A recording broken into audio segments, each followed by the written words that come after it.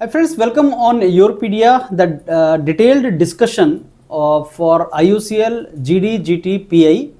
और ये पूरा वीडियो आप ध्यान से सुनना अगर आपको इंटरव्यू कॉल आया है।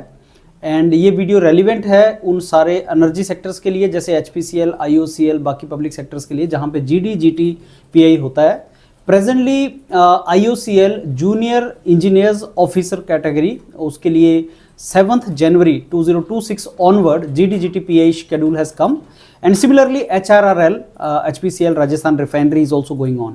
So हम लोग जो डिस्कस करेंगे आज वो सारे का सारा इसका जो GD/GT PI का रिक्वायरमेंट है उसको डिस्कस करेंगे। और दो मेन जो ऑर्गेनाइजेशंस जो पब्लिक सेक्टर इसमें रिक्वायरमेंट जिनमें है वो that is HPCL and IOCL।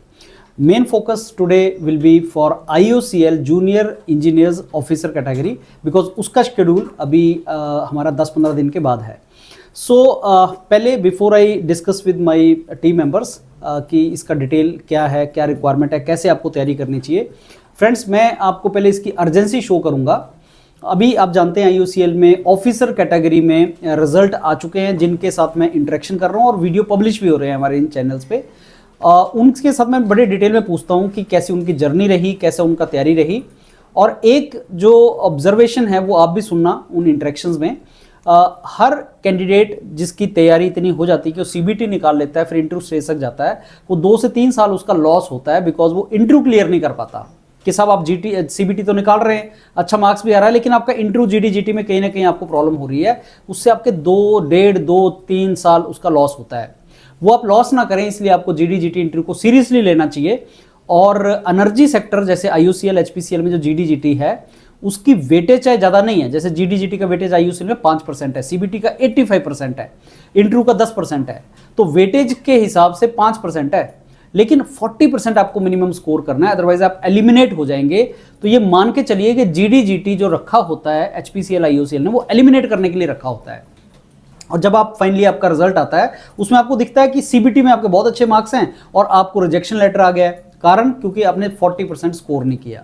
तो वो 40% उसको नहीं देंगे कैंडिडेट को जिसको उन्होंने निकाल देना है प्रोसेस से, क्योंकि बहुत इंपॉर्टेंट रिक्वायरमेंट है। बाद में हम डिस्कस करेंगे रोल्स एंड रिस्पॉन्सिबिलिटीज होती हैं। तो रिक्वायरमेंट जो है जॉब का वो ये है कि आपको कम्युनिकेशन आता हो, आप वहां पर डिसीजन ले सकें, आप किसी के साथ कोलैबोरेट कर सकें, आप किसी के साथ बात कर सकें, और वही चेक होता है GD/GT वगैरह के अंदर, इसलिए ये बहुत ज़्यादा इंपॉर्टेंट है। तो अब ये बताने के बाद आप मेरे को स्ट्रांगली ये लगता है जैसे योरपीडिया एक मेन प्लेटफॉर्म है और मेरे को लगता है कि जो मैक्सिमम स्टूडेंट्स तैयारी करते हैं वो योरपीडिया के मेंटर से तैयारी करते हैं। और हमारे पास भी बहुत सा ऐसा कैंडिडेट्स है जो नहीं आता है, तैयारी नहीं करता है, और फिर बाद में 1-2 साल के बाद आता है कि साहब मेरा हुआ था लेकिन मैंने तैयारी नहीं किया। तो मेरा आपको एडवाइस ये है कि आप प्रिपरेशन जरूर करें और मेंटर से करें। मैं ये नहीं बोल रहा हूँ आप हमारी टीम मेंबर से करें, आपको जहाँ पे भी करना है आप करें। No doubt Yourpedia gives you the best counselling and services and mentoring. तो आप प्रिपरेशन के बिना ना जाएं, क्योंकि अगर आपने प्रिपरेशन नहीं किया तो आपका वहाँ पे चलेगा नहीं। नंबर 2, आप में से बहुत सा ऐसा कैंडिडेट्स है जो ये बोलता है कि साहब मैंने GD/GT कभी दिया नहीं और अब 10 दिन बच गए। 10 दिन हर किसी के लिए 10 ही दिन बचते हैं और ये हमेशा 10 से 15 दिन मिलते हैं, उससे ज़्यादा नहीं मिलते। और हर इंडिविजुअल सेम लेवल पे है, उसका सेम ही लेवल का तैयारी है। अब आप में से जो थोड़ा सा प्रैक्टिस करके 8-10 दिन बहुत अच्छी मेहनत करके 10-15 GD/GTs लगा के तैयारी करके चला जाएगा, वो पास हो जाएगा। और अगर आपने ऐसा नहीं किया तो आप एलिमिनेट हो जाएंगे। इसलिए आपको प्रिपरेशन करके ही जाना चाहिए, बिना प्रिपरेशन के आपको नहीं जाना चाहिए। और अच्छी बात IOCL वगैरह में ये होती है कि GD/GTs जो आते हैं नॉर्मली वो आपको पता होते हैं कि यहीं से पूछा जाएगा। तो अगर आपने तैयारी किया होगा तो ऑब्वियसली आप उसमें बहुत अच्छा कर सकते हैं। अब मैं चलता हूं पहले गुरविंदर सर आपकी तरफ कि सबसे पहले कैंडिडेट्स जो कॉल करता है वो आपसे बात करता है सर, तो आप उनको, मैंने सुना है, बहुत अच्छे तरीके से गाइड करते हैं कि आपको इस तरीके से करना है। मैं चाहूँगा वही चीज़ आप एक बार यहाँ जितने भी लोग सुन रहे होंगे उनको बोलने सर। ठीक है सर। देखो सर, जब भी कोई स्टूडेंट्स मेरे को कॉल करते हैं तो सबसे पहला उनका जो होता है कि सर मेरा IOCL का रिजल्ट आ गया और मेरा उसमें क्वालिफाई हो गया, सो मेरे को आगे GD/GT इंटरव्यू के लिए तैयारी करनी है, तो कैसे हम कर सकते हैं। बड़ा सिंपल ये क्वेश्चन होता है उसके बच्चे का। अब मैं बड़ा सिंपल से इसमें बताता हूँ सर, जैसे आप रिटर्न में अगर हम बात करें SSC JEE का पेपर वर्सेस IOCL का पेपर वर्सेस HPCL का पेपर वर्सेस BRC का साइंटिफिक ऑफिसर का पेपर, हर एग्जाम की रिक्वायरमेंट अलग होती है। सिमिलरली हर इंटरव्यू की और उसकी रिक्वायरमेंट भी डिफरेंट होती है। और दूसरी चीज है, इसको रिटर्न और इंटरव्यू से भी आप डिफरेंशिएट कर सकते हैं कि रिटर्न की रिक्वायरमेंट अलग है और GD/GT इंटरव्यू की रिक्वायरमेंट अलग है। रिटर्न से वो चेक करता है आपका सिर्फ नॉलेज, रिटर्न से आप सिर्फ नॉलेज चेक कर सकते हो, लेकिन अब मेरे को ये चेक करना है कि मेरा जो पर्सनैलिटी है, मेरा जो बिहेवियर है, या जो मेरा नॉलेज भी है, क्या वो जॉब की रिक्वायरमेंट को सूट कर रहा है कि नहीं कर रहा है।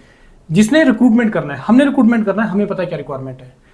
मे बी एक कैंडिडेट है, बहुत लोग हैं जो अप्लाई करेंगे, उसको मे भी उतनी डेप्थ में नहीं पता कि इसकी रिक्वायरमेंट क्या है, लेकिन जो इंटरव्यू कर रहा है या जीडी-जीटी कंडक्ट कर रहा है उसको पता है। तो सबसे पहले हमें कोई भी एग्जाम के लिए, रिटर्न हो चाहे इंटरव्यू हो चाहे जीडी-जीटी, हमें ये देखना है कि ये क्या एक्सपेक्ट करेगा, मेरे से क्या एक्सपेक्ट कर रहा है, तो हमें तैयारी उसके अकॉर्डिंगली करनी है।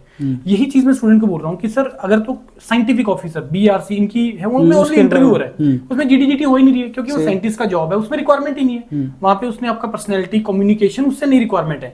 लेकिन ये जो जॉब है, इस जॉब की रिक्वायरमेंट जो आप लेटर डिस्कस करेंगे, उसमें रिक्वायरमेंट है कि आपका personality assessment, behavioural assessment, knowledge assessment वो करेगा।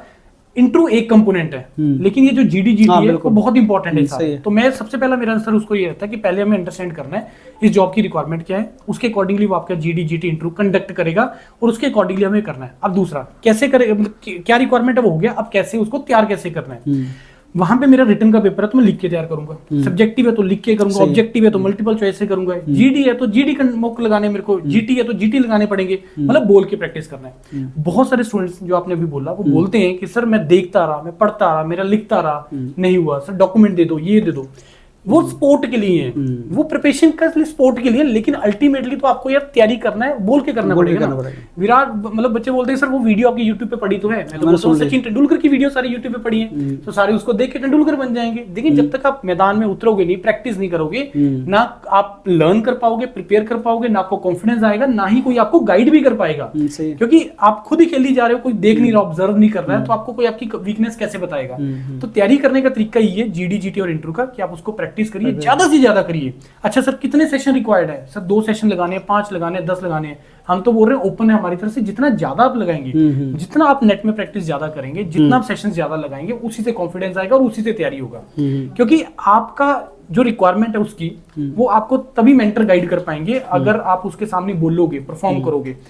बहुत अच्छा, ये इसमें तो डिप्लोमा होल्डर्स हैं, डिप्लोमा में होता कब है जीडी-जीटी, एचपीसीएल ने अब रिक्रूटमेंट करना स्टार्ट किया, आईओसीएल ने अब रिक्रूटमेंट करना स्टार्ट किया।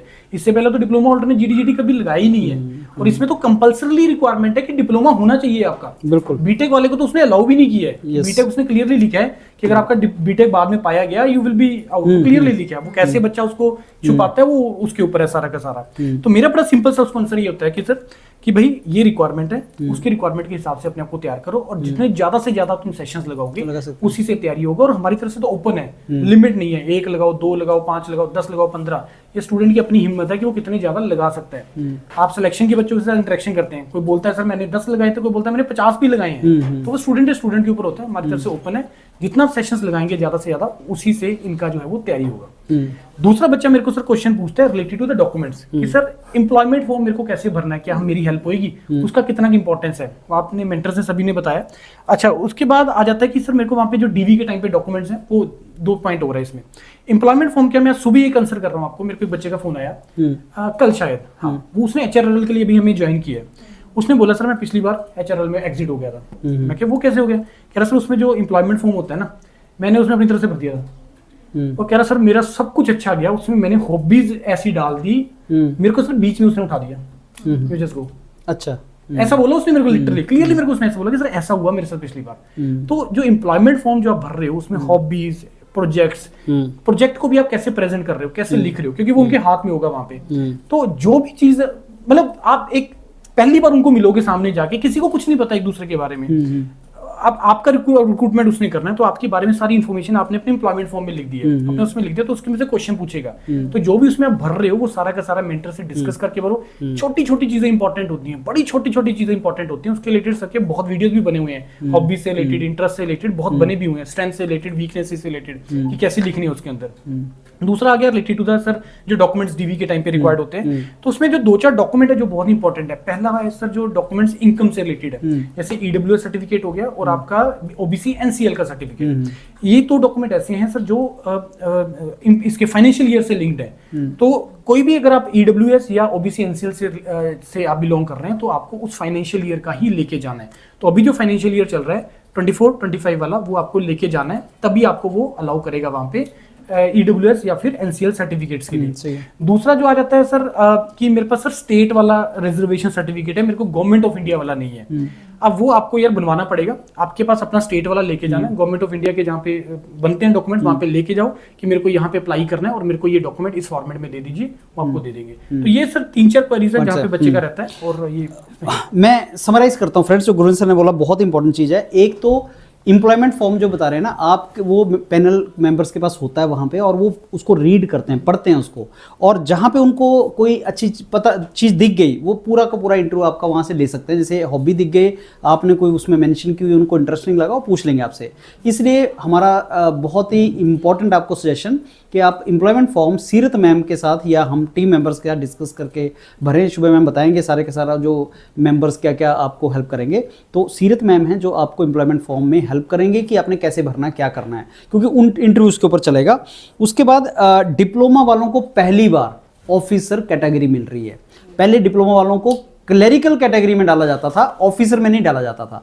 इसलिए बहुत बड़ी आपके पास एक अचीवमेंट है फ्रेंड्स। और diploma means only diploma, degree वालों को अलाउ नहीं कर रहे हैं वो।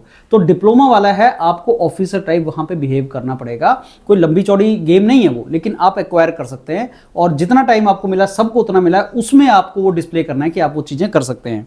फिर कितने सेशन सर ने बता दिया, और आपको खुद प्रैक्टिस करनी है। बहुत सा कैंडिडेट सर ऐसा होता है, जब मैं इंटरेक्शन करता हूँ वो ये बोलते हैं, जैसे अभी मैंने एक कैंडिडेट का डाला था, काफ़ी वो शॉर्ट वायरल भी हो रहा है, उसने बोला था कि आप पैसे बचाने की ट्राई मत करो। वो बताना ये चाह रहा था कि मैं पहले पायरेटेड वर्जन योरपीडिया का मैं सुनता रहा, जो आप बता रहे थे ना कि मैंने वीडियो सुन लिए, मैंने जीडी सुन लिए, और उसको लगा मैंने 10 जीडी लगा लिए, मतलब 10 जीडी सुन लिए, तो मेरा प्रैक्टिस हो गई। तो that is not the way friends. आपको खुद करने हैं, बोलने हैं। और जब ये एक्चुअल में जाते हैं ना सर वहाँ पे इंटरव्यू देने, तो मैं इनसे पूछता हूँ कि रिजेक्ट कितने हुए? बोलते हैं साहब 8 में से 4 रिजेक्ट हुए। फिर मैं पूछता हूँ जो रिजेक्ट हुए उनका कारण क्या होगा? बोलते हैं कि सर 2-3 ने तो बोला ही नहीं, इसलिए नहीं बोला क्योंकि प्रैक्टिस ही कभी नहीं की। और अगर आपको कोई चीज़ से डर है और आप उसको डरते हैं कि मेरे को ये चीज़ नहीं आती और प्रैक्टिस भी कभी नहीं करते, तो आपको वो चीज़ कभी आएगी नहीं। जैसे सर स्विमिंग में होता है, स्विमिंग में कुछ लोगों को ना डर लगता है कि मैं स्विमिंग नहीं कर सकता या मेरे को डर लगता है, वो कभी करता ही नहीं है सर, और पूरी लाइफ उसको स्विमिंग नहीं आती। लेकिन यहाँ अगर जॉब लेनी है तो आपको ये चीज़ करनी पड़ेगी। आपको एक स्टेज पे अपनी हेजिटेशन निकालनी पड़ेगी। अच्छी बात है कि हिंदी इंग्लिश किसी में भी आप कर सकते हैं, और ये कोई फ्लुएंसी से रिलेटेड मामला नहीं है। ऐसा नहीं कि साहब आप बहुत ही ज़्यादा अच्छा आपका कम्युनिकेशन होना चाहिए, वो नहीं है। आप बोल पाएँ, काम की बात बोल पाएँ तो आप पास हो जाते हैं। शुभ मैम आपसे जानना चाहेंगे कि पूरी प्रोसेस क्या है, कि जैसे जो कैंडिडेट एक बार आ गया, अब सर्विस पार्ट स्टार्ट हो गया मैम, तो सर्विस पार्ट पे बताओ कि जैसे कैंडिडेट आएगा तो कैसे सर्विसेज उसको मिलती हैं यहाँ पे? हम सर हमारी टीम रेडी है। आई स्टार्ट कि जैसे कैंडिडेट जैसे इनरोल होता है, हाँ जी, तो सबसे पहले ओरिएंटेशन सेशन है, वेलकमिंग सेशन है सर। वो 2 वेज में सेम डे कंडक्ट किया जाता है। दैट इज एक टीम जिसमें सभी लोग इकट्ठे होंगे जिन्होंने इनरोल किया। सेकंड 1-to-1 इंटरेक्शन, ताकि इंडिविजुअली भी पर्सन अपने डाउट्स, उनकी कोई भी प्रॉब्लम्स है उसमें भी डिस्कस कर पाए। So very first is orientation session. Second, जैसे आपने बोला कि फॉर्म के रिलेटेड क्वेरीज होती हैं, तो हम फॉर्म फिलिंग सेशंस भी एवरीडे रखते हैं। ठीक है। फिर क्लासेस, कुछ क्लासेस मस्ट हमने रखी हुई हैं अपार्ट फ्रॉम द हम जो भी सेशंस लेते हैं, HR class, GD class, GT class, उसके बाद डॉक्यूमेंट, हम जो डॉक्यूमेंट्स प्रोवाइड करते हैं। आई थिंक कई बच्चों को होता है कि मैम इंग्लिश में डॉक्यूमेंट है, पढ़ने में डिफिकल्टी है, समझा दो हमें इजी लैंग्वेज में। आई थिंक अगर हम हमारे मेंटर्स इतने प्रोफिशिएंट हैं कि उनको दोनों लैंग्वेजेस में बहुत अच्छे से क्या क्या आपको कवर करना है वो एक्सप्लेन किया जाता है। तो डॉक्यूमेंट रीडिंग और डॉक्यूमेंट के रिलेटेड क्या क्या क्वेश्चंस बनते हैं उसकी भी क्लास होती है। करंट अफेयर क्लास जो कि IOCL के रिलेटेड आ जाएगा, प्लस आपकी स्टेट के रेफरेंस में आप अपनी स्टेट के रिलेटेड डिस्कस कर सकते हैं मेंटर के साथ कि हम इस स्टेट को बिलोंग करते हैं, कोई रनिंग प्रोजेक्ट है या कोई आने वाला है, तो वो हमारे जो भरत सर है वो डिस्कस करते हैं उनके साथ, राइट। उसके बाद आ जाता है जो फाइनेंस रिलेटेड है, कोई फाइनेंस के क्वेश्चंस है, कुछ उसका कैटेगरी आता है, या फिर करंट रेवेन्यू कितना रहा था लास्ट में, क्या क्या स्केलिंग रही है, वो हमारे निशान सर डिस्कस करते हैं। तो उनकी भी एक सेपरेट क्लास होती है। देन ऑब्वियसली आप है तो आप एक प्रॉपर एडवाइसरी उनसे लेते हैं। डाउट्स कोई भी बच्चे के आते हैं, जब इतनी क्लासेस लगाते हैं तो डाउट्स भी आएंगे, कुछ ना कुछ उनके खुद के क्वेश्चंस होते हैं। जैसे मैंने लास्ट टाइम भी जब सेशंस लिए थे सर, तो आई थिंक बहुत बच्चे जो पहले भी अपीयर हो चुके हैं उनके डाउट्स होते हैं हमने कहाँ गलती की। They want to discuss all in alone, 1-on-1 interaction कि हमने गलती कहाँ की है। वो अपना पुराना आंसर डिस्कस करते हैं, अपना नया आंसर फ्रेम करने की कोशिश करते हैं, उसमें बहुत हेल्पिंग चाहिए होता है apart from these sessions, right. तो हम उसमें भी 1-to-1 मेंटरिंग करते हैं। ये तो था जो हम सेशंस प्रोवाइड करते हैं। इसके सिवाय अब HR मेंटर्स, टेक्निकल मेंटर्स की टीम है जो उनको पहले 1-to-1 स्नैप सेशंस देती है। स्नैप आपको भी पता है कि IOCL में अगर मैं कहूँ अकेला HR है ट्रू, बहुत ज्यादा जगह पे एचआर पूछा जाता हाँ जी। है, बट कई फीडबैक्स में ये भी आया कि टेक्निकल भी पूछा गया हमसे, तो उसके लिए हमारी टेक्निकल टीम मेंटरिंग करती है, ठीक है। और सर ये ब्रांच स्पेसिफिक आ जाता है, जैसे जीडी सेशंस भी ये हैं, important आप है। दिन में 2-3 आपको मल्टीपल मिलते हैं, मॉर्निंग से स्टार्ट होके रात के आपको 11:30 12 तक आपको जीडीज आपके जाते हैं, राइट। टाइमिंग्स अकॉर्डिंगली अगर कोई वर्किंग है तो उसके आफ्टर 5 आफ्टर 6 भी बहुत सेशंस हाँ जी। हैं, और कोई स्टूडेंट है जो अभी बहुत मतलब फ्री है या फिर वो मॉर्निंग अर्ली लेना चाहते हैं, तो उसके अकॉर्डिंगली हमने डिस्ट्रीब्यूट किए हुए हैं ग्रुप डिस्कशन के सेशंस, ग्रुप टास्क के sessions, 1-to-1 interactions with multiple mentors of our team. HR team के साथ सेपरेट है, टेक्निकल मेंटर्स के साथ सेपरेट है, और उसके सिवाय भी अगर कोई डाउट आता है, हम डाउट क्लियरेंस सेशन भी रोज रखते हैं एट 5:30 PM। हमारा एक एग्जैक्ट डाउट क्लियरेंस सेशन होता है। किसी को कोई मेंटर से सपोज कीजिए कोई इंटरेक्ट नहीं कर पा रहा है, कोई भी प्रॉब्लम आ रही है, तो I think the person can put एक ग्रीवियंस भी होना सही है। चाहिए कि any problem you are getting in any documents नहीं मिल रहे हैं, तो आपको ओरिएंटेशन में गाइड किया गया, फिर भी नहीं समझ आया, आप फ्रीक्वेंटली आप पूछ सकते हैं मेंटर से। तो ये तो हमारे सेशंस हैं जो हम प्रोवाइड करेंगे। डॉक्यूमेंट्स हमारे ऑलरेडी पैनल पे रजिस्टर्ड है, डॉक्यूमेंट्स हमारा अलग मेंटरिंग होगा उसका, देन सर सेशंस वगैरह वो सारे हमारे चलेंगे। फ्रेंड्स एक ना आपको मैं पॉइंट बताऊंगा, शुभ मैम ने सारा जो समराइज किया उसका एक समरी सी देता हूँ आपको, और एक पॉइंट भी बताता हूँ। डॉक्यूमेंट्स योरपीडिया के अवेलेबल होते हैं, हमारे व्हाट्सएप ग्रुप्स बनते हैं, डॉक्यूमेंट्स हमारे अवेलेबल होते हैं। डॉक्यूमेंट्स पढ़ के ही मेरा काम चल जाएगा, ये गलती ना करना आप। अगर ऐसा होता तो हम कंसल्टेंसी में डॉक्यूमेंट को फ्री देते ही नहीं। डॉक्यूमेंट इसलिए फ्री दे दिए जाते हैं कि ठीक है आपको वो अवेलेबल हो सके, कि कई लोग बोलते हैं पैनल पे कहाँ रखें क्या है, तो हम उसको फ्री दे देते हैं। डॉक्यूमेंट का हाथ में आ जाना और आपकी तैयारी हो जाने में डिफरेंस है। एक मैम ने टीम के बारे में बताया, तो है क्या कि IOCL के इंटरव्यू के लिए ना आपको अलग अलग कंपोनेंट की तैयारी करनी है। निशांत सर हैं, वो आपको जो फाइनेंस वाला पार्ट है कि भाई नेटवर्थ कितनी, IOCL की प्रॉफिट कितना, उस वगैरह के बारे में बताएंगे। भरत सर करंट के बारे में बताएंगे। मैं आपका जॉब एक्सपीरियंस वगैरह, आपके गैप वगैरह के ऊपर फोकस करूंगा। जो शिखा मैम है वो सॉफ्ट HR वाला जो पार्ट है वो पूछती हैं। शुभ्या मैम आपसे केस स्टडीज पूछती हैं। वैसे ही आपका जो सीरत मैम वो आपका बायोडाटा के ऊपर फोकस करेंगी। ये तो HR के 8-10 मेंटर हैं।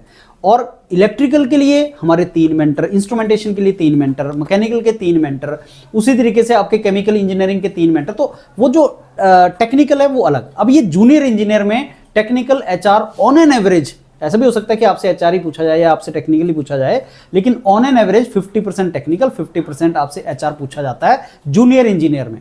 ऑफिसर में HR ज्यादा होता है, लेकिन ये क्योंकि अगर आपका जूनियर इंजीनियर का है तो कॉम्बिनेशन आएगा फ्रेंड्स, तो आपको अकॉर्डिंगली उसकी तैयारी करनी पड़ेगी। और नो डाउट कि सारे के सारा हमारा जो मैम ने बताया कंटेंट बहुत ज्यादा अवेलेबल है, तो आपको उस अकॉर्डिंगली इसको बैलेंस करना पड़ेगा। हाँ, अभी आपने वैसे सर बताया कि जैसे HR और टेक्निकल 50-50% है, और हमने ये HPCL के टाइम पे भी देखा था, जूनियर इंजीनियर के, जूनियर एग्जीक्यूटिव ऑफिसर के टाइम पे, JEO के टाइम पे, कि उनसे टेक्निकल पूछा गया। हाँ। तो सर अब जैसे ये जो पेपर है इनके जो आते हैं इनके रिटर्न में, ये बहुत ही सिंपल और 1 लाइनर आते हैं। हाँ जी। लेकिन इंटरव्यू में ऐसा नहीं पूछते हैं। हाँ। तो उसके लिए बच्चा टेक्निकल के लिए कैसे तैयार करे? जैसे हमारा मैराथन है, जो कि जैसे इसमें मैकेनिकल, इंस्ट्रूमेंटेशन, केमिकल और आपका इलेक्ट्रिकल, ये 4 ब्रांचेस हैं, if I am not wrong, 4 branches के।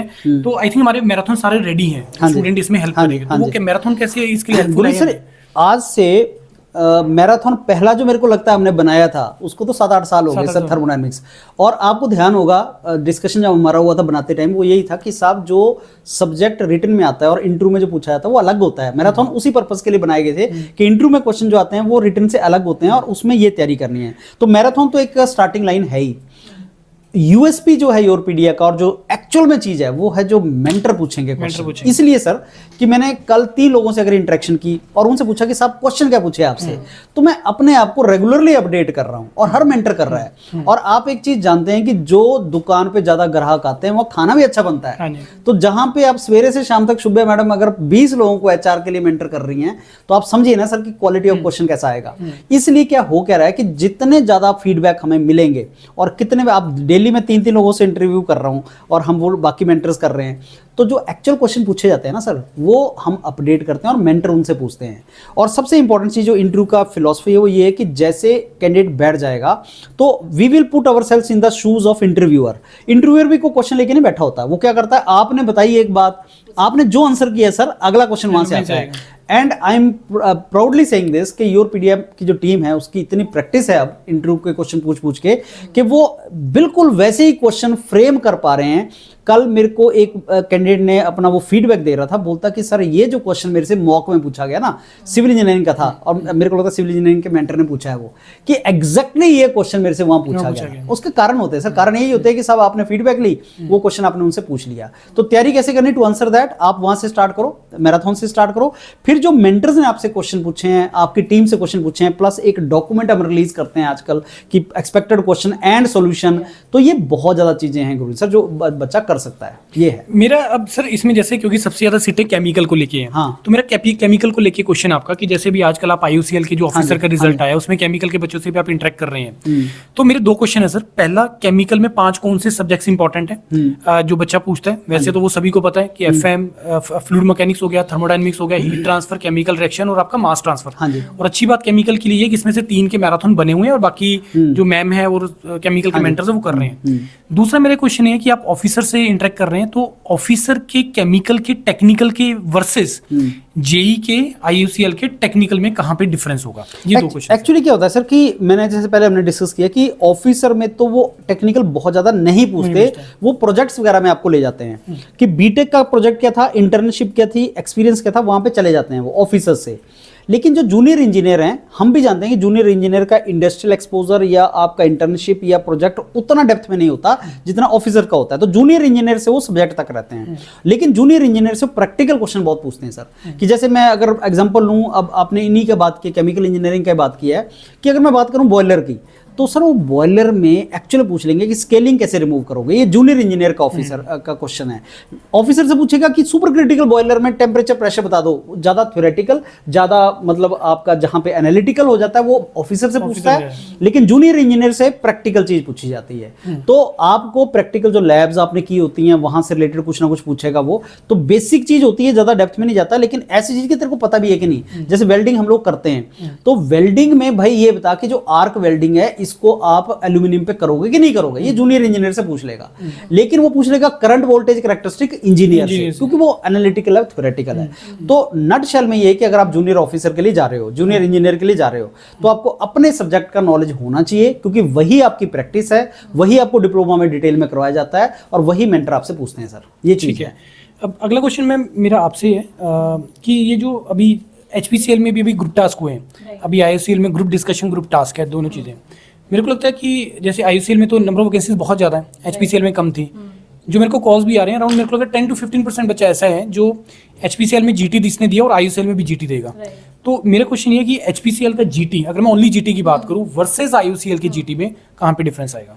सर इसका I would say it's a very good question also, क्योंकि बहुत बच्चों को डाउट होता है जो एचपीसीएल के जीटी अटेंड करते हैं। अगर आप देखो कि मिनिमम लेंथ उसकी पेज की ना सर 1 पेज से कम जीटी नहीं होता देते हैं उतना, और आईयूसीएल 1-2 लाइंस का जीटी होता है, दैट्स इट। मतलब बहुत कंसाइज, बहुत प्रिसाइज, लेकिन इनोवेटिव आइडियाज और इनका एक स्ट्रैटेजीज है। एचपीसीएल ने एक फिक्स कर दिया डोमेन्स, ये स्पेसिफिक हो जाएंगे। आईयूसीएल के डोमेन्स मैं कहूंगी एचपीसीएल से थोड़े ज्यादा वास्ट है, बहुत ब्रॉड है, और साथ में स्पेसिफिक आ जाते हैं, जैसे इलेक्ट्रिकल वालों के लिए, ये सबसे इंपॉर्टेंट है, केमिकल वालों के लिए। अब हर बच्चा तैयारी कर रहा है, उसको डोमेन स्पेसिफिक जीटीज तैयार करने हैं। हम कहते हैं कि एक ही जीटी स्पेसिफाई कर देगा, नहीं। स्टार्टिंग में जब हम सेशंस भी लेते हैं, जो केस स्टडीज के सेशंस होते हैं, ग्रुप टास्क के सेशंस होते हैं, जो केस स्टडीज हम एचआर में पूछते हैं, ग्रुप टास्क जो हम सेशन कराते हैं, राइट, उसमें भी एक बहुत चीजें सिमिलैरिटीज होती है, आपको ब्रेनस्टॉर्म करना आ जाता है। सेकंड सर, जब आप सेशन लगाओगे इलेक्ट्रिकल वालों को, पहले हम बेसिक कराते हैं कि जीटी करना कैसे। आप पहले 2-3 दिन आप बेसिक्स लगाते हो, कुछ पीवाईक्यूज वाले प्रीवियस ईयर वाले भी करते हैं। आफ्टर 3 डेज हम उनके डोमेन के वाइज वर्क करना शुरू करते हैं,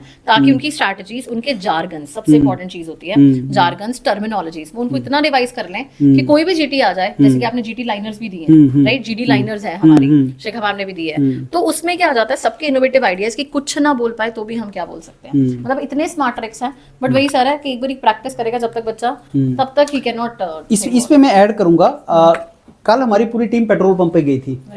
पेट्रोल पंप एक आईयूसीएल का एक वर्क स्टेशन हो गया मान लो, उसमें सिर्फ 4 इंजीनियर्स, अब 4 को कॉल आया, इलेक्ट्रिकल, इंस्ट्रूमेंटेशन, केमिकल, मैकेनिकल। अब शुभ्या ने बताया कि आईयूसीएल का ग्रुप टास्क होगा 1 या 2 लाइन का, और वो होगा आपका ब्रांच स्पेसिफिक। आप केमिकल इंजीनियर है, मेरे को पता है आपने रिफाइनरी में जाना है, आपका जो लेना देना है वो ऑयल, उसकी डेंसिटी, उसकी क्वालिटी से रिलेटेड है। तो मैं आपको केस स्टडी वैसे ही दूंगा कि सब आप रिफाइनरी में गए और आपने वहां पे देखा कि किसी कॉर्नर में छोटा सा एक प्रॉब्लम चल रहा है, लीकेज का प्रॉब्लम चल रहा है और बगल में एक वेल्डिंग शॉप भी है, तो आप इस सिचुएशन को कैसे हैंडल करोगे? वो केमिकल इंजीनियरिंग लेके आएगा सर उसमें। उसी तरीके से अगर आप इंस्ट्रूमेंटेशन के बोलेगे वाल्व खराब हो गया, माल फंक्शनिंग चली गई है उसमें वाल्व में, और उसके चलते आपका सारा प्रोसेस रुका हुआ है और उससे क्या फैल रहा है। अब आप इंस्ट्रूमेंटेशन के हैं, कल हम पेट्रोल पंप पे गए, हमने देखा कि सेफ्टी को लेके सर वहां पे एक अर्थ पिट कंसेप्ट है। अब वो अर्थ पिट कंसेप्ट सेफ्टी से रिलेटेड है, तो इलेक्ट्रिकल इंजीनियरिंग से वो रिलेटेड है कि पूरे के पूरे जो आपका कैनोपी है या आपका स्टेशन है उसको आप सेफ कैसे कर लोगे। सिविल की कॉल अभी नहीं है, लेकिन सिविल वालों को बुलाया जाता है, तो उनसे पूछा जाता है कि आप कैसे ग्रीन बिल्डिंग बना लोगे, उसको कैसे स्मार्ट बिल्डिंग बना लोगे, कैसे रिसोर्स यूटिलाइज कर लोगे। तो ऐसे सर जो आपकी ब्रांच है ना, उससे रिलेटेड वो आपको टास्क देगा और उसी से रिलेटेड वो एक्सपेक्ट भी करेगा। एक और बात, ऑफिसर और जूनियर इंजीनियर में भी यहाँ पे डिफरेंस है। जूनियर इंजीनियर से वो ये बार बार एक्सपेक्ट करता है कि आपको अपनी फील्ड का नॉलेज होगा। ऑफिसर से वो जनरिक नॉलेज भी एक्सपेक्ट करता है कि साहब हम किसी विलेज में चले गए, वहां पे हमें उस विलेज को अडॉप्ट करना है, हमने कॉर्पोरेट सोशल रिस्पॉन्सिबिलिटी में, तो बताओ हम क्या क्या वहां पे करेंगे। ऑफिसर का क्वालिटी का क्वेश्चन है। जूनियर इंजीनियर से क्या पूछेगा, भाई मैं कंप्रेसर खराब हो गया मेरा, अब कंप्रेसर मेरा चल नहीं रहा है और मेरा काम रुक गया, अनलोडिंग का काम रुक गया, अब आप इस केस में क्या करोगे। भाई आपको अपनी फील्ड का नॉलेज तो है ही, तो सर वो उसी फील्ड में रखता है उसको, और हमें क्या करना होता है। अब मेरे से पूछोगे कि हम उनको तैयारी कैसे कर सकते हैं। The best thing is Gurinder sir, there are some jargons, technical jargons, and it is working. One liner technical jargons are working. Every selected candidate अपने इंटरव्यू में ये बोल रहा है कि साहब मैं 2 या 3 बार बोला लेकिन काम की बात बोला। सर वो काम की बात वही है प्रोफेशनल jargons, कि अगर उसने टेक्निकल टर्म्स यूज कर लिया, आप भी जानते हैं मैकेनिकल इंजीनियर हो तो आपको टेक्निकल टर्म यूज करनी पड़ेगी। अगर आपने वो यूज कर ली कि आपने बोल दिया पर्सनल प्रोटेक्टिव इक्विपमेंट, सर मैं ये यूज करूंगा, तो जैसे आपने पीपीई वर्ड बोल दिया वो आपको नंबर दे देगा। तो ये चीज है सर, अगर आप 2-4 पेज के टेक्निकल jargons याद कर लें और जैसे 10 बार हमारे साथ पार्टिसिपेट कर लेगा ना, हम यही करवाते हैं उसमें। शुभे मैम ने अपना शेड्यूल जैसे बना रखा है, उसमें क्या होता है कि एक बार तो आपका इंट्रोडक्शन ही करवाया जा रहा है, एक बार वन लाइनर की प्रैक्टिस करवाई जा रही है, तो इतना हो जाएगा 10-20 बार करके कि जब आप वहां पे बोलोगे तो ऐसा लगेगा आप एक्सपर्ट की तरह से बोल रहे हो। सर मैं बोलूंगी कोई भी न्यू इनरोल्ड होगा, अगर सपोज उसको हिंदी या इंग्लिश में कहीं भी बैरियर होता है, सबसे बड़ा बैरियर होता है कम्युनिकेशन का और डर का, कि मैं बोलूंगा कैसे और मेरी बेइज्जती ना हो जाए। आई वुड से सभी इक्वल है, कोई ये नहीं होता सबसे पहले दिन जब आता है वो कंपेयर करता है अपने आप को जो 4th डे कर रहा होता है, क्योंकि 4 डेज में वो कुछ बोल चुका है। मैं उनको टिप्स देती हूँ कि आप घर में भी मिरर के आगे वही चीजें प्रैक्टिस करके आओ। डॉक्यूमेंट अकेला पढ़ लोगे, that is one part. Feedback लोगे, जब आप सबके साथ बैठे हो, कंपटीशन आप पहले ही फील करते हो, आपकी एंजाइटी वहां तक उस स्टेज तक जाने लगता है। आप सोचो 10 दिन आपने प्रॉपर प्रैक्टिस की है, 10th 11th डे आपको एंजाइटी नहीं होती। बच्चे बोलते हैं ग्रुप डिस्कशन में हमें डर नहीं लगा जाते हुए, क्योंकि हमने ऑलरेडी बहुत प्रैक्टिस कर ली था। उसके बाद इंट्रोडक्टरी की प्रैक्टिस करो, मतलब या तो इंट्रोडक्शन कंक्लूजन देख लो किसमें आप फिट इन होते हो। आपको कुछ 5 लाइंस फिक्स करनी है, 5 बोल दोगे वहां पे, फिर आप टर्मिनोलॉजी फिक्स कर दोगे। तो हमारे जो मल्टीपल जीडी के सेशंस भी होते हैं उसमें हमने डिवाइड कर दिया, डिस्ट्रीब्यूट कर दिया कि सीरत मैम ये करेंगे, मोक्ष मैम ये करेंगे, हमारे जो शिखा मैम है और मल्टीपल मेंटर्स हैं वो सारे अपने टास्क डिवाइड कर चुके हैं। अच्छा, एक कैंडिडेट से मैं बात कर रहा था शुभ्या, अभी रिसेंटली उससे मैंने सेशन लिया। I think I was the first person जिससे, क्योंकि 10:15 बजे था तो वो मिला। बोलता कि सर हिंदी के लिए मैं किस मेंटर का जाऊं, शुभ्या मैडम तो अंग्रेजी वाले मेंटर हैं, तो मैं हिंदी के लिए किसका। अब उनका ये भी परसेप्शन है, जैसे आपकी मैक्सिमम वीडियोस आप इंग्लिश में आप बनाते हैं, आप इंग्लिश के मेंटर हो उसमें, तो उनका ये डाउट होता है कि मैं इंग्लिश और हिंदी के मेंटर अलग अलग हैं और कैसे हमें वो आएगा। और एक और चीज मैं आपको बता रहा हूँ कि योरपीडिया का जो देखते हैं कैंडिडेट्स, उनको सब लगता तो ठीक है, लेकिन कहीं ना कहीं बच्चों को ये ना लगे कि वो शायद वो कर ही ना पाए या कर नहीं पा रहे हैं क्योंकि ये तो बड़ा अच्छा चल रहा है। उस फियर को आप कैसे रिमूव करवाएंगे इनके कैंडिडेट्स? सर पहली चीज तो हम दोनों बायलिंगुअल और इंग्लिश दोनों चीजें में कन्वर्सेशन करते हैं और हमेशा ये प्रमोट करते हैं कि language is not a barrier. आप अपनी फ्लुएंसी ऑफ कंटेंट पे फोकस करो। हम जिस भी लैंग्वेज पे बात कर रहे हैं, हमारा कंटेंट क्लैरिटी होना बहुत इंपॉर्टेंट है, प्रिसीजन इंपॉर्टेंट है, और मल्टीपल मेंटर्स हर लैंग्वेज में, अगर मैं बोलूं हर तो नहीं बोलूंगी मैं, बट हिंदी और इंग्लिश दोनों में कन्वर्स करते हैं and it is completely comfort of the student. Moreover आपको मेंटर से थोड़ी compete करना है यार, आपको शुभ्या मैडम के साथ जीडी थोड़ी करना है। वहां पे आपको जिनके साथ करना है वो कैंडिडेट से आपको बेटर होना है। तो 8 में से आपको पहले 4 में आना है और वो 4-5 अच्छी बात बोलेंगे सर तो हो जाता है। सर आई थिंक डिप्लोमा में सभी इक्वल है। कोई ये नहीं है कि किसी ने पहले प्रैक्टिस किया, जैसे कैंपस प्लेसमेंट में बच्चा प्रैक्टिस करके आ रहा है, फिर भी उनको कुछ आइडिया होगा। बट अगर मैं बोलूंगी कैंपस प्लेसमेंट और पीएसयू का जो हम बोलते हैं जीडी, वो फार डिफरेंस है। डिप्लोमा वालों ने बोला ही नहीं है, तो आप सेम लेवल पे हो, करोगे, बस आपको प्रैक्टिस करनी है और जो प्रैक्टिस कर जाएगा आई थिंक वो पार हो जाएगा, उसका हो जाएगा। सर मेरे को बहुत बच्चों ने क्वेश्चन पूछा है सर, जो कट ऑफ है ना, या तो मैं कट ऑफ पे हूँ या मेरा 1 नंबर ज्यादा है, या 3 नंबर ज्यादा है, या 5 नंबर ज्यादा है। मैं उसको एक क्वेश्चन पूछ रहा हूँ आगे से कि मान ले तेरे हाईएस्ट होते हैं, अब बता अपनी प्रोबेबिलिटी ऑफ सिलेक्शन। आपका इसके ऊपर क्या कहना है सर? सर मैं तो ये बोलता हूँ कि कट ऑफ वाला डर रहा है, जो सीबीटी में बहुत अच्छे नंबर लेके आया ना, उसको भी उतना ही डरना चाहिए। मेरे को स्ट्रांगली लगता है भाई, बिकॉज मैं बार बार इसका वीडियो मैंने बनाया कि 5% वेटेज मत देखो आप एलिमिनेट हो सकते हो।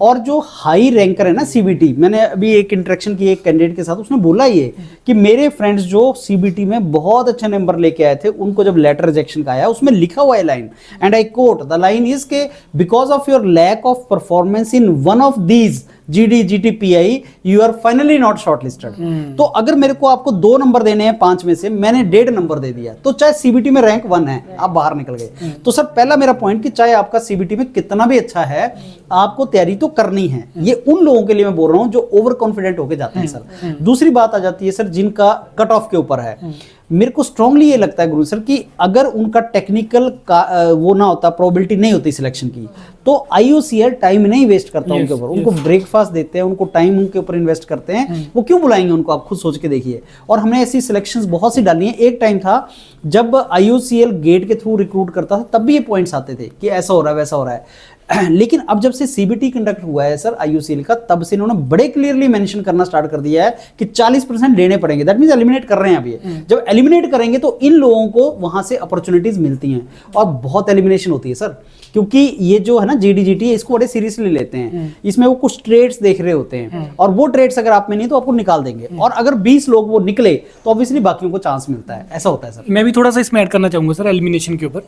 एलिमिनेशन मेरे को लगता है कि जब आप किसी भी अच्छी जगह पे इंटरव्यू के लिए जा रहे हो या अपने रिक्रूटमेंट के लिए जा रहे हो, वो 2 चीजें चेक करता है। पहला तुम्हारा नॉलेज, जो तो प्री रिक्विजिट है, वो तो नॉलेज तो आपको अच्छा होना ही चाहिए। दूसरा सूटेबिलिटी फॉर दैट जॉब, कि क्या आप उस जॉब को के लिए राइट कैंडिडेट हो या नहीं हो।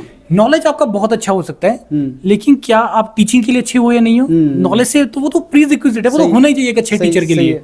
आप सेल्स के लिए जा रहे हो, आप प्रोडक्शन के लिए जा रहे हो, डिजाइन के लिए जा रहे हो, तो आपका जो वो असेसमेंट करेगा वो उसके अकॉर्डिंगली करेगा। तो अब ये जो जीडी-जीटी और में जो एलिमिनेशन वाला फैक्टर है, मेरे को जो लगता है, मेरा अपना मानना है, जो मैं देखा हूँ कि मान लो सपोज आप बोल ही नहीं पा रहे हो, और उसकी रिक्वायरमेंट वैसी है कि जिसमें आपको बोलना, जो आपने बोला ये जो ट्रेड्स होने जरूरी हैं, और उसने आपको रिजेक्ट करना है, और नंबर तो लेके बैठ गया आप अच्छे। मान लो एलिमिनेशन क्राइटेरिया ना होता, आप अच्छे हो, नॉलेज में अच्छे हो, टीचिंग में स्किल में अच्छे नहीं हो, और वहां पे जाके क्लासरूम में पढ़ाने लग गए, मतलब इसमें आपका भी नुकसान, बच्चों का भी नुकसान, ऑर्गेनाइजेशन का भी नुकसान, और हर किसी का नुकसान। तो इससे अगर वो ऐसे कैंडिडेट को रख भी लेंगे ना सर, वो जस्टिफिकेशन नहीं कर पाएंगे जॉब के साथ। एक सर मैं आपको ना छोटा सा एग्जांपल दूंगा, शायद कैंडिडेट्स को समझ आए। मेरे एक फ्रेंड हुआ करता था सर, जो बचपन की बात है, और हमारे गांव में ना थोड़े से पानी के थोड़े से होते थे पॉन्ड जैसे, और किसी तरीके से वो पानी में गिर गया। हम घास वास में खेल रहे थे, एंड ही फेल, और वो डूबने लग पड़ा सर, डूबने लग पड़ा। और हमने वहां से चिल्लाया कि तेरे को तो तैरना आता है, तू क्यों डूब रहा है? द मोमेंट ही रियलाइज कि मेरे को तैरना आता है, सर वो स्विम करके बाहर आ गया। अब इसका मीनिंग है, एक मीनिंग ये है, मोस्ट ऑफ द कैंडिडेट्स जो वहां नहीं बोल पाते ना सर, वो इसलिए नहीं बोल पाते कि उनको कॉन्फिडेंस ही नहीं है कि वो कभी बोले भी थे, प्रैक्टिस नहीं किया ना सर। जब आप प्रैक्टिस नहीं करोगे ना, तो आप वहां पे अगर बोलना भी चाहो तो बोल नहीं पाओगे, क्योंकि तुम्हारे दिमाग में है कि मेरे पास प्रैक्टिस नहीं है, मैं बोल नहीं पाता हूँ। ये जितना भी यूरोपीडिया प्रैक्टिस करवाता है, शुभ्या मैम की सारी टीम जो प्रैक्टिस करवा रही है, आपने 10 बार 20 बार कर लिया, इससे हो क्या रहा है? जब आपने 10 20 30 बार बोल लिया, बोलना स्टार्ट कर दिया, तो आप में वही कॉन्फिडेंस है कि मेरे को स्विमिंग आती है, मेरे को प्रैक्टिस मैंने की हुई है, मैं बोल सकता हूं। तो जब वहां पे आपको चांस जैसे मिलता है ना सर, आप बोल लेते हो। अदरवाइज क्या होगा, अगर प्रैक्टिस नहीं करोगे, मेरे को स्ट्रांगली लगता है आप वहां पे बोल ही नहीं पाओगे। ये एक मेन इशू है जिसकी वजह से वहां पे कैंडिडेट्स परफॉर्म नहीं कर पाते। That is the point actually. तो अगर प्रैक्टिस करेंगे तो मेरे को लगता है कि उनका अच्छा बन जाएगा वो। That is the point. ठीक है सर, आई थिंक ये मेरी तरफ से थे क्वेश्चन। बाकी कोई और चीज़ आपकी तरफ से रह गई हो सर क्लास में? बस मैं यही, मेरे को लगता है सर, मेरे को स्ट्रांगली ये चीज़ लगती है कि हम जो एनालिसिस करते हैं कि बच्चे तैयारी करके नहीं जाते। मेरे को लगता है 20 से 30% कैंडिडेट, 2000 बच्चों को कॉल है तो उसका 20% आप निकाल लो, 400-500, मेरे को लगता है इससे भी ज़्यादा बच्चा तैयारी करके जाता है। और जो नहीं जाता उसके अपने रीजंस होते हैं। एक कि उन्होंने कभी किया नहीं है, वो सबसे बड़ा रीजन होता है। मेरे को बड़ा फुलिश लगता है ये कि कभी किया नहीं तो करना तो पड़ेगा, कि आंख बंद करके आपका फियर खत्म नहीं हो जाएगा।